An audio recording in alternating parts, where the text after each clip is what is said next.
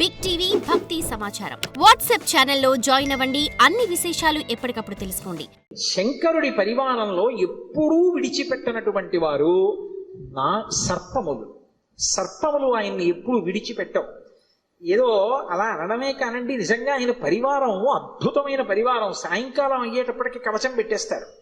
కవచం పెట్టారు అంటే ఇలా పాము పట్టి ఉంటుంది. మీరు చూసి ఉంటారు, కొన్ని చోట్ల శివాలయాల్లో శివలింగం మీద పడగ పట్టి ఉంటుంది.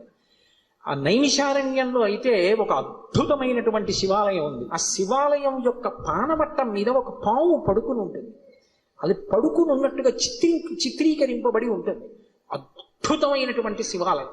అవన్నీ మీకు చూపిస్తారు. అక్కడే కొంచెం దూరం వెళితే రుద్రావర్తము అని గోమతి నది లోపల ధర్మరాజు గారు ప్రతిష్ఠ చేశాడు శివలింగాన్ని. సుడి ఏమీ కనపడదు, మీకు నీరు తిరగదు, కానీ ఇలా నీరు వెళ్ళిపోతూ ఉంటుంది. దాని ముందు కానీ వెనక కానీ మీరు మారేడాకేస్తే పైనుంచి తేలి వెళ్ళిపోతుంది. శివలింగం లోపలున్న చోటుకొచ్చి మారేడు దళం వేస్తే నిలువుగా లోపలికి వెళ్ళిపోతుంది. మీరు 100 జామ పళ్ళు తీసుకెళ్లి అందులో వేయండి, మీరు ఏమీ అడగకపోతే ఒక్క కాయ పైకి రాదు. నిలువుగా వరుస క్రమంలో లోపలికి వెళ్ళిపోతాయి. స్వామి ప్రసాదం ఇవ్వండి అని పైకి అడిగారు అనుకోండి, అన్ని పళ్ళు లోపలికి వెళ్ళిపోయి ఒక్క పండు పైకి వస్తుంది. భగవంతుని యొక్క అనుగ్రహము తిరుగులేనిది, ఈశ్వరుడు ఉన్నాడు అనడానికి ప్రబలమైనటువంటి సాక్ష్యాలు అవన్నీ. కాబట్టి ఆ పావు అనేటటువంటిది శివలింగం మీద పడగ పట్టి ఉంటుంది. అమ్మవారి యొక్క స్వరూపం. ఆ నాగులు ఎప్పుడూ శంకరుడితో అనుబంధంతో ఉంటాయి. అసలు ఆ పావు దేనికి గుర్తు అంటే కుండలిని శక్తికి ప్రతీక, అమ్మవారికి ప్రతీక. దేవరాజ సేవ్యమాన భావనంగ్రి పంకజం వ్యాళ యజ్ఞ సూత్రం ఇందు శేఖరం కృపాకరం నారదాది యోగి బృంద వందితం దిగంబరం కాశికాపురాధినాథ కాల భైరవం భజే. నారదాది యోగి బృంద వందితం దిగంబరం అంటారు. ఆయన నారదుడు వంటి యోగి బృందముల చేత నుతింపబడుతూ ఉంటాడు. దేవరాజ సేవ్యమాన భావనాంగ్రి పంకజం, పావనాంగ్రి పంకజం. దేవరాజు అంటే ఇంద్రుడు, ఇంద్రాదుల చేత పూజింపబడేటటువంటి పాదపద్మములు కలిగినటువంటి వాడు. వ్యాళయజ్ఞ సూత్రం ఇందు శేఖరం కృపాకరం. ఆ చంద్రబింబాన్ని శుక్లపక్షంలో ఉండేటటువంటి తదియనాటి చంద్రరేఖని కొప్పులో ధరించి ఉంటాడు ఆయన.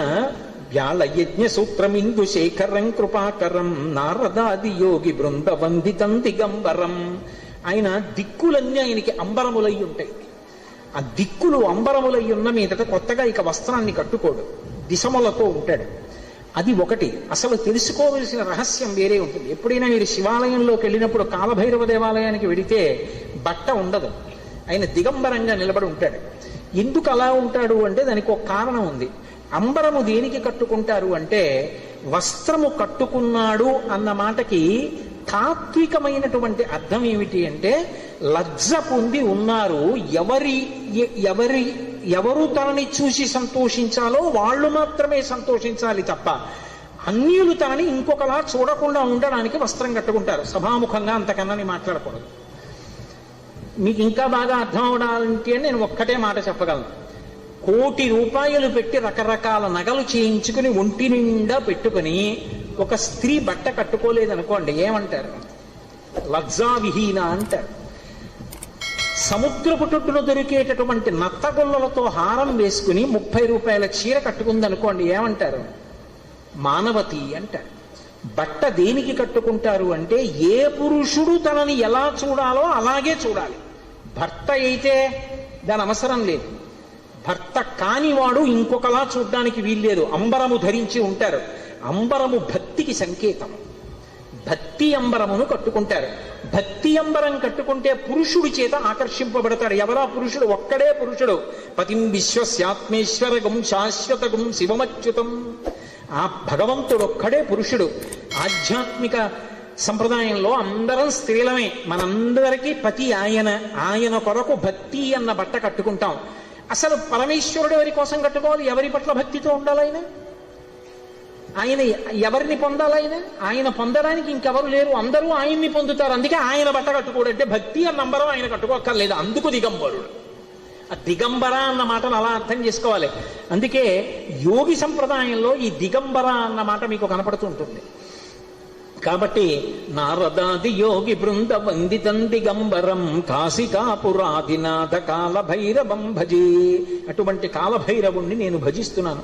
భానుకోటి భాస్వరం భవాబ్ది తారకం ప్రభుం నీలకంఠమీప్సితార్థదాయకం త్రిలోచనం కాలకాలమంబుజక్షమక్షశూలమక్షరం కాశికాపురాధినాథ కాలభైరవం భజే. ఇప్పుడు నేను అష్టకం అంతా ఎక్కడ చెప్పను? భానుకోటి భాస్వరం, కోటి మంది సూర్యులు ఉదయిస్తే ఎలా ఉంటుందో ఆయన కాంతి అలా ఉంటుంది. భవాబ్ధి తారకం ప్రభుం, సంసారం అనే సముద్రాన్ని దాటించేస్తాడు ఆయన పాదాలు పట్టుకుంటే. నీలకంఠమీప్సితార్థదాయకం త్రిలోచనం, నీలకంఠుడై హలాహల భక్షణం చేసినటువంటి శంకరుడై లోకములను అనుగ్రహించగలిగిన వాడై భక్తజనుల యొక్క ఈప్సితములను తీర్చగలిగిన వాడై ఉంటాడు. నీలకంఠమీప్సితార్థదాయకం త్రిలోచనం కాలకాలమంబుజక్షమక్షశూలమక్షరం, చేతిలో అక్షమాల పట్టుకుని జ్ఞానాన్ని ఇవ్వగలిగిన వాడై ఉంటాడు. అందుకే అక్షమాల అంటే ధ్యాన స్థితిని కటాక్షిస్తాడు. పుస్తకాలు చదవడం గొప్ప కాదు, ధ్యానం చేయగలిగి ఉండాలి. ఆ మనస్సు చెప్పినప్పుడు మాట వినాలి. పిలవగానే మనస్సు వెనక్కొచ్చి ఎవరిని చూడమంటున్నానో వాళ్ళని చూడాలి. రా చూడు పార్వతీ పరమేశ్వరుల పాదద్వంద్వాన్ని అనేటప్పటికీ అది గబగబా వచ్చి కూర్చుని చూడడం అలవాటు అవ్వాలి. మనసు ఎలా వినాలి అంటే కుక్క మాట విన్నట్టుగా వినడం, ఎద్దు మాట విన్నట్టుగా వినడం మనసుకి రావాలి. కుక్క చూడండి అన్నామనుకోండి పరిగెత్తుకొస్తుంది, కుక్క పిలిస్తే వచ్చినట్టు. ఎద్దు చూడండి కొత్తగా గిత్తని బండికి కట్టారనుకోండి, బండి ఎత్తి పట్టి రైతు దా దా అంటే అది రాదు. బలవంతంగా తీసుకొచ్చి కాడి మెడ మీద పెట్టారనుకోండి తోసేస్తుంది, అటుపోతుంది ఇటుపోతుంది. 4 మాటలు అలవాటు చేసి కొట్టి దుక్కి దున్నించి చేశాడనుకోండి, ఆ తర్వాత రైతు ఇక ఎద్దు దగ్గరికి వెళ్ళడు. వచ్చి ఆ బండి కాడి పట్టుకుని ఇలా పైకి ఎత్తి పట్టుకుంటాడు. ఇలా ఎత్తి పట్టుకుని ఆ 2 కాడిలా సమానంగా వస్తుంది అంటాడు. 2 ఎద్దులు నిద్రపోతున్నవి లేచి ఒళ్ళు విరుచుకొచ్చి మెడబెట్టేస్తాయి. పిలవలేదు ఆయన ఏమి దా అని కూడా అనలేదు, అంటే చాలు 2 ఎద్దులు వచ్చాయి. అలా అన్నంత మాత్రం చేతనే ఎద్దులు వచ్చేస్తూ ఉంటే సాధన చేత మనసు వెనక్కి రావడం రావద్దు, రావాలి. అలా వచ్చేటట్టు చెయ్యగలిగిన వాడు, సాధనా బలాన్ని అనుగ్రహించగలిగిన వాడు కాలభైరవుడు. కాలస్వరూపంతో ఉంటాడు. అందుకే కాలకాలమంబుజక్షమక్షశూలమక్షరం కాశికాపురాధినాథ కాలభైరవం భజేత్. అందుకే కాలభైరవష్టానికి ఫలశ్రుతి చెప్తూ కాలభైరమష్టకం పఠంతి ఏ మనోహరం జ్ఞానముక్తి సాధనం విచిత్రపుణ్యవర్ధనం శోకమోహ దైన్యలోభకోపతాపనాశనం తే ప్రయాంతి కాలభైరవంగ్రి సన్నిధిం ధ్రువం అంటారు. ఎవరు కాలభైరవాష్టకాన్ని చదువుకుని ప్రతిరోజు కాలభైరవుడికి నమస్కరిస్తాడో వాడికి భక్తి, చిత్తశుద్ధి, వైరాగ్యము, జ్ఞానము, చిట్ట చివర మోక్షము ఆయన అనుగ్రహిస్తాడు.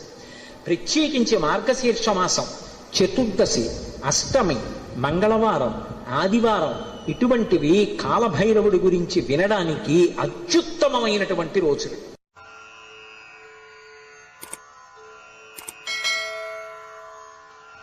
కాలభైరవష్టానికి ఫలశ్రుతి చెప్తూ కాలభైరమష్టకం పఠంతి ఏ మనోహరం జ్ఞానముక్తి సాధనం విచిత్రపుణ్యవర్ధనం శోకమోహ దైన్యలోభకోపతాపనాశనం తే ప్రయాంతి కాలభైరవంగ్రి సన్నిధిం ధ్రువం అంటారు.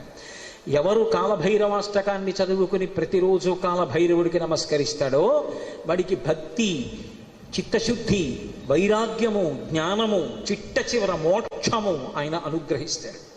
ప్రత్యేకించి మార్గశీర్ష మాసం, చతుర్దశి, అష్టమి, మంగళవారం, ఆదివారం ఇటువంటివి కాలభైరవుడి గురించి వినడానికి అత్యుత్తమమైనటువంటి రోజులు. కారాగారవాసం లాంటి ఆపదని కూడా తప్పిస్తాడు.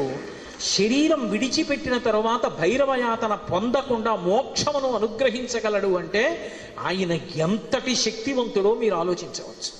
కాశికా పట్టణానికి అంతటికీ కూడా అధిపతి అయి ఉంటాడు.